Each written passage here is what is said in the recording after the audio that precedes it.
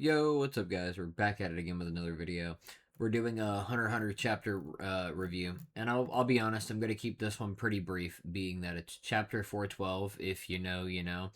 This chapter is extremely dialogue heavy. It's just tons and tons of dialogue. That's really all this whole chapter is. And I'll be honest, I don't think there's a lot I can say to really, extrapolate more than what somebody else can from this chapter. I think it sets up a lot of what's going to be happening, but there's only so much I can really give you if you want more, right? You can read through all the specifics in the chapter, but I'm just going to give the best cliff notes I can of information for what's going on. So this chapter picks up exactly where the last chapter left off, which is where Kurapika's in front of his nin class and he says, "Hey, Prince Wobble actually doesn't count for the contest. He's actually not a part of the contest." Or rather, she, as I believe Wobble is supposed to be a girl. We'll get into that with this chapter. But it starts out with him still saying that to the entire class. Their responses, they all seem to think, yeah, no, that can't be true. He's got to be joking. It's not possible. Like, how is it that the prince wouldn't be a part of the battle to begin with? And then Kurapika's just instantly like, all right, guys, well, that's all I've got to say about that, so let's go ahead and get into the nin class. So, right after that situation, he kind of realizes that everybody's kind of, I guess, trying to work out the situation, try to figure out if they believe it or not. So he kind of just says, all right, we'll meet back up here in a couple hours, right? I'll give you guys till 10 a.m. And if you guys still want to learn, learn then come back, we'll continue. So everybody leaves and they're going to end up getting back together. During that brief time where they're apart, though, Kurapika and, Bill actually get together to talk to Queen Oito about Wobble and the whole situation. So and it does tell us this is about 48 hours before special martial law was declared. If you guys remember, in the last batch of chapters, special martial law was declared, if I'm not mistaken, in chapter 410, the last chapter of the final batch by Benjamin. So we're 48 hours before that happens. So that makes sense. We already knew we were back in time from then. We're still trying to catch up to what happened by the end of the last batch. Exactly, from like some of the other parties that play here. So when Bill and Kurapika go to talk to Oito, she right away pretty much just says that she's had no relations to Beyond whatsoever, right? And that their main goal is still to make sure that they identify the targets going after, or the targets, which are like Beyond's cursed offspring, that could be after Wobble and the other princes. Right? She goes ahead and says that, she can prove her innocence, or that, rather, that Kurapika could use his chain to prove her innocence. And Kurapika says, no, I don't think we really need to do that. Not long after that, Kurapika tells Shimano, which is one of the like maids to, I believe it's just a Queen Oito, rather. He asked her to go make a meal, and then right when that's said, Shimano says yes, sir, and goes to turn away, and then she turns back to Bill and Kurapika, and she says, I hate to bring this up, but my name is Shimanu, not Shimano. And now this is interesting for us, because as readers, she has been called Shimano, or Shimano, however you want to pronounce it, every single time except for, I believe, 2 times prior to this. And I believe both times may have been Queen Oito who were talking to her, where we did see it come up as Shimanu. And the general consensus from what I saw from the fans in Reddit and stuff like that was we thought it was just a bit of an error in either, Tagashi with just messing up her name, or one of the publishing companies or something, just a bit of an error, but we come to find out that apparently that was kind of planted there on purpose. And that it's brought up to us that apparently the Kakin country has its own dialect, and they have vowel that are called, forgive me if I pronounce this wrong, triphthongs and diphthongs in their words. And it's essentially how words make certain sounds, or certain letters can make certain sounds when put together. Or a good example, and it kind of makes a word male or female. So, like, in English, for the most part, we just kind of have pronouns that we use to kind of define that stuff, right? But in a lot of the Latin love languages, and again, forgive me if this is wrong, but I believe it's like Spanish, French, Italian, right? All come from Latin. Any of those typically have a male and a female kind of ending to a lot of their words and some of their names to let you know if that's a male or if that's a female.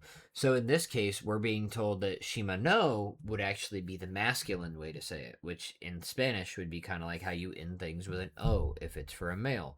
while you end it with an A if it's for a female. Well, in Kakin, it's a U, so Shima no would actually be male, while Shima nu is a female name.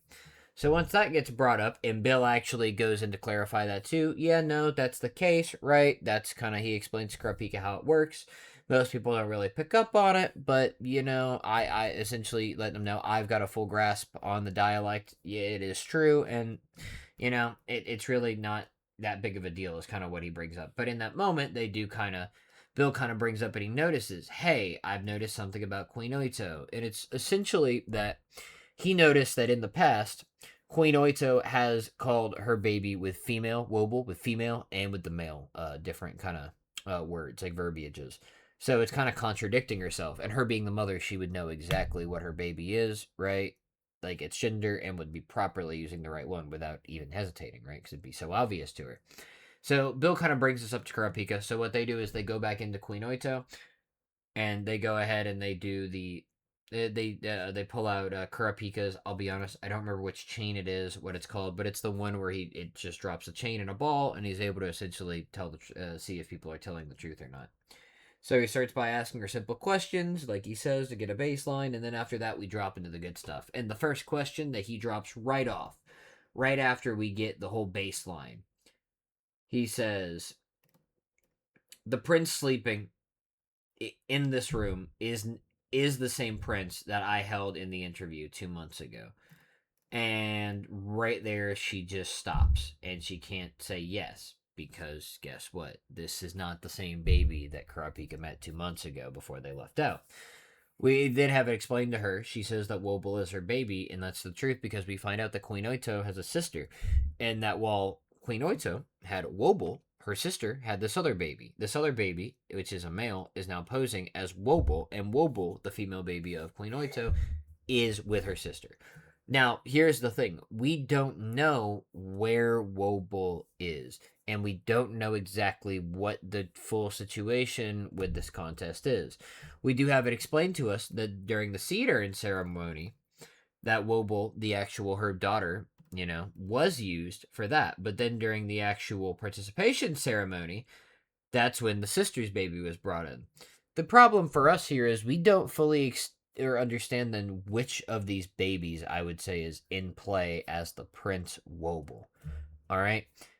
And also on top of that, we did see what happened before. Forgive me, too. I think it was Kacho was the prince who already got killed because when her and Fugetsu tried to leave the area that was allowed for the secession war, essentially some nin spirit evil nonsense essentially just killed her. I mean, it. So, with that being said, if the Wobble, that is her baby, was the one who was supposed to enter this contest, she either still has to be on this boat within the area for the secession war to take place, or she would have gotten the same fate. Unless this baby somehow, because it kind of took its place, in some way kind of inherited that. And that might be earlier on in one of the earlier batches. It wasn't even the last batch, if I'm not mistaken. I think it was the one before that.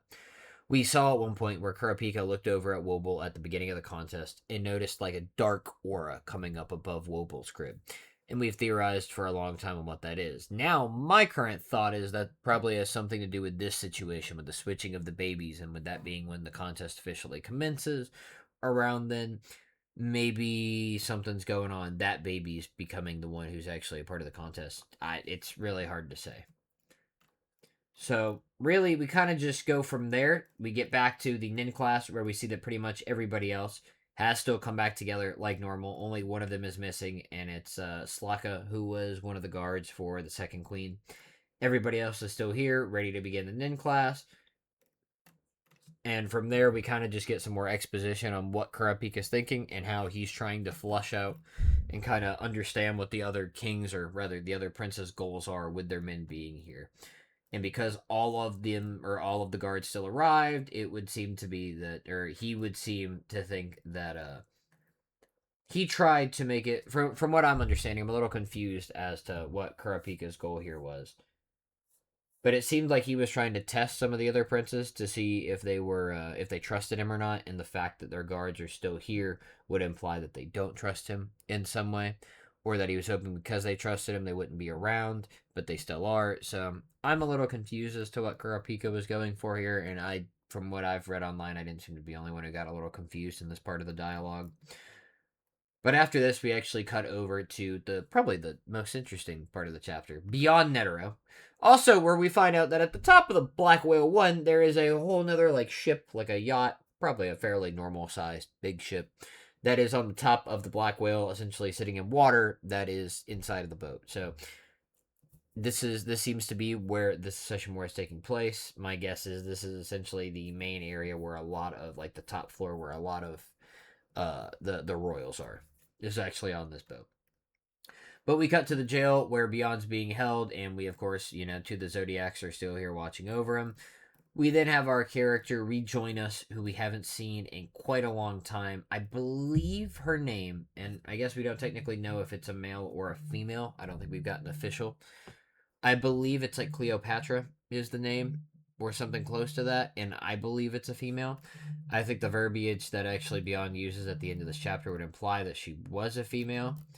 But she essentially comes in to talk to Beyond, and apparently we find out that Beyond had tried to sue the Kaki Nation, or maybe not sue them, but essentially, yeah, I guess it's kind of sue them. He kind of, because apparently they're breaking their own laws in a way, in that in their constitution they don't actually define what a citizen is. It's kind of the root of the problem that we've seen in the Kakin Empire, where there's the royals, right? There's the citizens, and then there's everybody else in the lower class, the underground society that runs underneath Kakin, right? Of the have-nots and all of those who like the scarred, other brother, or the what are they called? The relatives to the king or the family, but they're not actually official. I don't remember what we called them, where we scarred over their faces. What Marina is.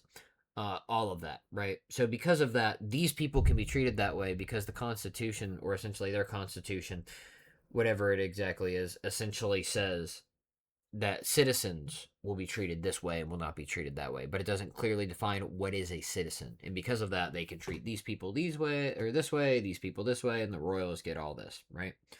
So it seemed that Beyond may want to, or was trying to put a stop to that, but it seems as though she tells us that they've all been dismissed. Beyond's a little pissed off about that. He seems to want to understand the whole situation and what happened with the proceedings.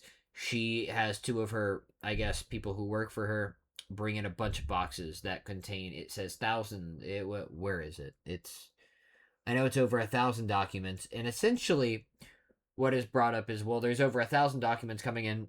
Beyond's got to go through and read them because he's stuck in a cell anyways, and he just wants material to read through while he's waiting.